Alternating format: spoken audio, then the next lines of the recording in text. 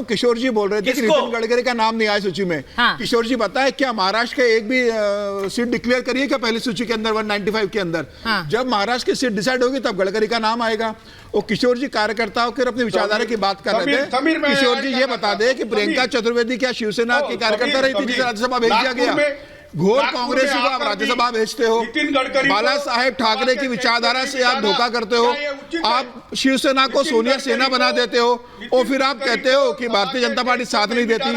चुनाव विधानसभा और लोकसभा भारतीय जनता पार्टी के साथ लड़ते हो, सीटें आपकी भारतीय जनता पार्टी की कराती है और सरकार आप कांग्रेस के साथ और राष्ट्रवादी कांग्रेस के साथ बना लेते हो। तो अगर आप चुनाव भारतीय जनता पार्टी के साथ लड़ते हो तो आपको किसने अधिकार दिया कि आप कांग्रेस सरकार बनाने चले गए? 55 विधायक आते हैं और जिस पार्टी के 105 विधायक रहते हैं उससे आप कहते हो कि मुख्यमंत्री का पद हमको दे दो। तो ये कैसे संभव है? अब जनता ने देख लिया कि आप विचारधारा से कैसे समझौता करते हो। इसका जवाब मैं एक बार जरा बड़ी खबर भी बता देती हूँ कि महाराष्ट्र पर आज शाम को बैठक है। महाराष्ट्र पर आज शाम 7:30 बजे गृह मंत्री अमित शाह के घर पर बैठक होनी है और सीट बंटवारे को लेकर यह बैठक है जिसमें उनके साथ बीजेपी के राष्ट्रीय अध्यक्ष जेपी नड्डा होंगे, देवेंद्र फडणवीस होंगे, एकनाथ शिंदे होंगे, अजीत पवार भी बैठक में शामिल होंगे। महाराष्ट्र की 48 सीटों का गणित क्या होगा, इस पर 48 में से 48 जीतनी है। वहां अभी किशोर तिवारी जी बैठे हुए हैं। किशोर जी आपके पास आ रही हूं, फिर वरुण जी के पास जाऊंगी। जरा बताइए 48 सीटों का गणित फिक्स करने के लिए ही है वो सीट बैठक। अभी कितनी आप लोग लाएंगे?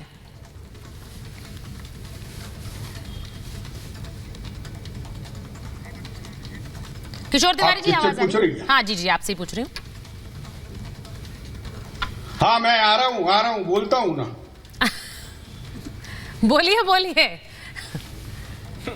तो हाँ मैं बोलता हूँ, महाराष्ट्र के अंदर 48 में से एक भी सीट अगर बीजेपी की आ जाएगी हाँ। तो मैं बता रहा हूँ आलोक जी मैं राजनीति छोड़ दूंगा। बहुत बड़ा स्टेटमेंट है, बहुत बड़ा स्टेटमेंट। गडकरी इसलिए ही उदासीन है। वही बहुत बड़ी बात कह रहे हैं आप कह रहे हैं आप राजनीति छोड़ देंगे। ये बताइए कुछ अलग है। महाराष्ट्र में किसान बहुत नाराज है, महाराष्ट्र में बहुत किसान नाराज है। बीजेपी के बुरे दिन चल रहे हैं। मोदी जी सबसे परेशान महाराष्ट्र से। अच्छा अगर किशोर जी नागपुर से बता दीजिए आप किसको टिकट देंगे दे दे और 12 सीटें तो कहाँ टिकेंगे ये लोग? ठीक है वो कह रहे हैं नागपुर से टिकट किसे देंगे शिवसेना, किसे देगी नागपुर से? जल्दी से जवाब दीजिए फिर मैं अजय जी के पास जाऊंगी। हाँ नागपुर से टिकट उसी का जुगाड़ कर रहे हैं क्या? देखिए नागपुर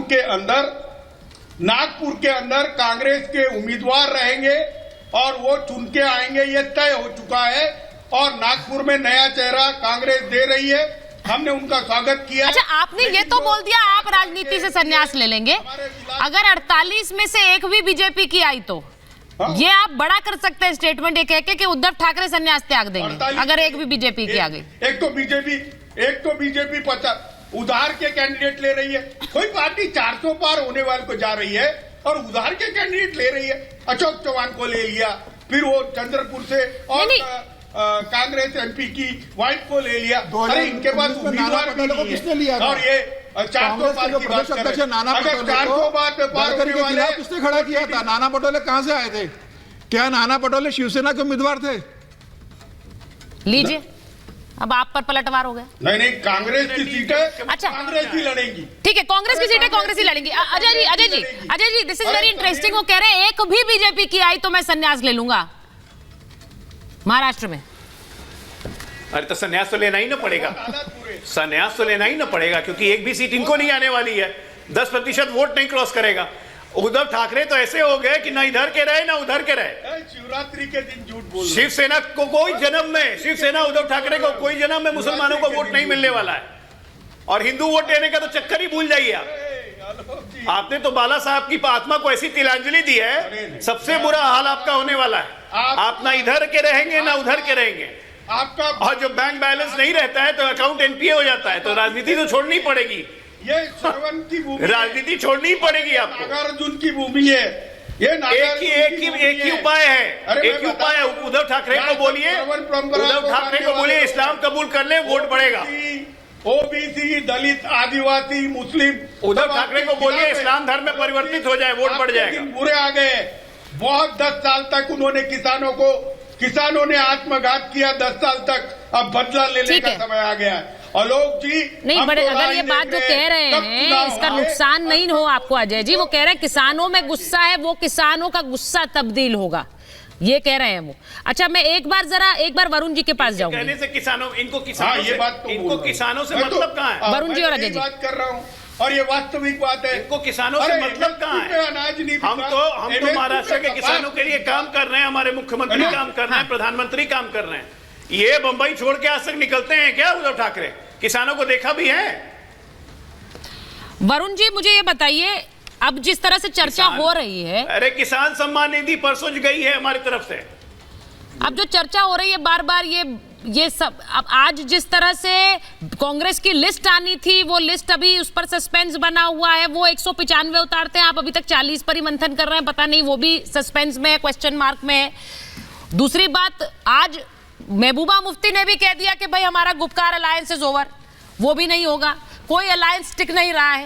हो क्या रहा है भाई? सुचारिता जी, एक तो कांग्रेस बीजेपी का रेप्लिका नहीं है, ये आप समझने की जरूरत है। एक नैरेटिव क्रिएट बीजेपी ने ऐसे कर दिया, बीजेपी चाहे जैसे करे, हम वैसे नहीं करते हैं। कांग्रेस में पार्टी में टिकट जो है, मैं तो बचपन से देख रहा हूँ, लास्ट मोमेंट तक बदलते रहते हैं, मिलते रहते हैं, इसलिए लिस्ट आ जाएगी, इनको चिंता करने की क्या आवश्यकता।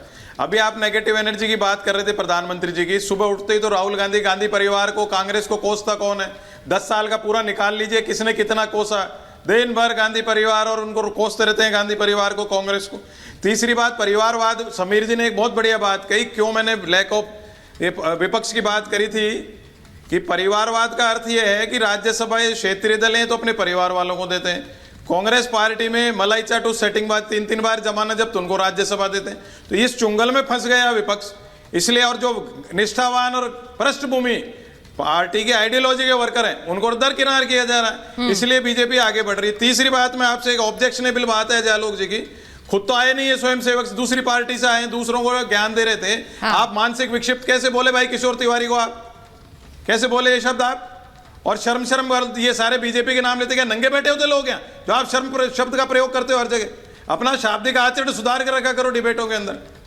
आपको भी सुचारिता जी ध्यान देना चाहिए, ऐसे शब्द किसी के लिए कैसे प्रयोग कर सकता है कोई आज? नहीं, मानसिक विक्षिप्तता आपको हो गई है। अरे आप हो मानसिक विक्षिप्त, पागल हो आप। अच्छा, ये पागल हो, मैं अपसेट आदमी हूं। और इस तरह का कोई बयान मेरे किसी भी मेहमान के लिए मैं एक्सेप्ट नहीं करती हूँ। मुझे आप जो बोल रहे हैं, एक मिनट रुकिए, इस आदमी को मैं आप लोगों से सबसे रिक्वेस्ट कर रही हूँ, और शायद अगर ये इस तरह का बयान गया है तो मैंने वो सुना नहीं, ये मेरी भी गलती हो सकती है, क्योंकि अगर अजय जी ने ये बात बोली है और किशोर जी बहुत अनुभवी हैं, उनके बारे में इस तरह का कोई बयान देना मतलब मुझे लगता नहीं कोई देगा भी। लेकिन अगर यहाँ पर इस तरह डिबेट में हमें इस तरह की शाब्दिक जो आप कह रहे हैं हमले, उनसे बचना ही चाहिए,